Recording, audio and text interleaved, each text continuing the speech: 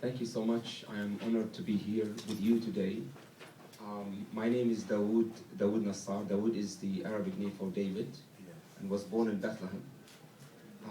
Always a special name for me. I grew up in a Christian family, finished my school in 1989. It was during the first Intifada. And during that time, the universities were closed. So I had to go to Austria and Germany to study there. And I came back and I was working in the field of tourism. I was trying to develop something with alternative tourism because the Holy Land is being visited by thousands of Christians all over the world yearly. And most of them are not spending that time to talk with the living stones of the country. So most of the groups are coming to see dead stones, and very few of them just meet the living stones, meeting Palestinians and Israelis, Christians, Muslims, and Jews. Since a couple of years, we are working on a project called the Tent of Nations.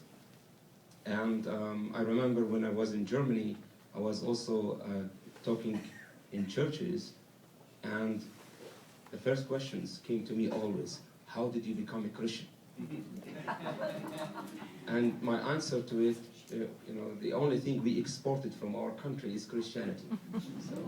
So many people are not aware that there are Palestinians and Christians living in the Holy Land. Our project, the Tent of Nations, is connected with land issues, and this piece of land belonged to my family. My grandfather bought in 1916 during the Ottomans. The land was registered. We have papers from 4 occupations, and we are still there. But in 1991, we heard by chance that the Israelis declared the area as a state land, so we are in a legal battle with the Israelis since 1991, 12 years in front of the military court, and over 8-9 years in front of the Supreme Court, with financial burden of $150,000. So the land is located now in the middle of 6 Israeli settlements. And they are growing on Palestinian ground. And on our own land, you have no access to running water, no electricity, and no building permit. That means it's a big frustration to live it every day. When you wake up in the morning, you want to make a cup of tea, there's no water. When you want to bring your kids to school, there is a checkpoint or there is a roadblock. And this frustration leads people whether to react violently or just resign and put their hope in others or leave the area. Our response to this was not with sitting down and crying and being a victim, was not with acting in a violent way, because we are people who do not believe in violence. What can you achieve with violence except violence?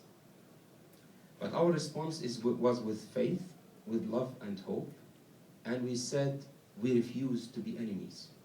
And we started the Tent of Nations in order to overcome our obstacles in a positive way, in order to teach others by living the experience, because we are called to be witnesses.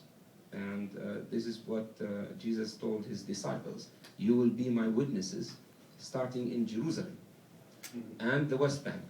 Was Judea and Samaria, the biblical name of the West Bank, and then to all over. And that's why it's important for us to be all over, in order also to spread the word of justice and peace, and also to be a witness wherever we can go, because at the end we have to be the light for all nations.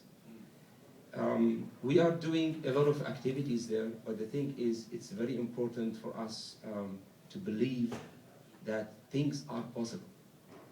A lot of difficulties we are facing on the ground, a lot of obstacles, a lot of problems, and you cannot move that much. But at the end, we are still have hope to follow the light in this very dark tunnel.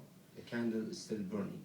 And when we see people like you are committed to the issue of peace and justice to all, we are working together to end this issue, and also to bring this hope for many other people who are living under these circumstances.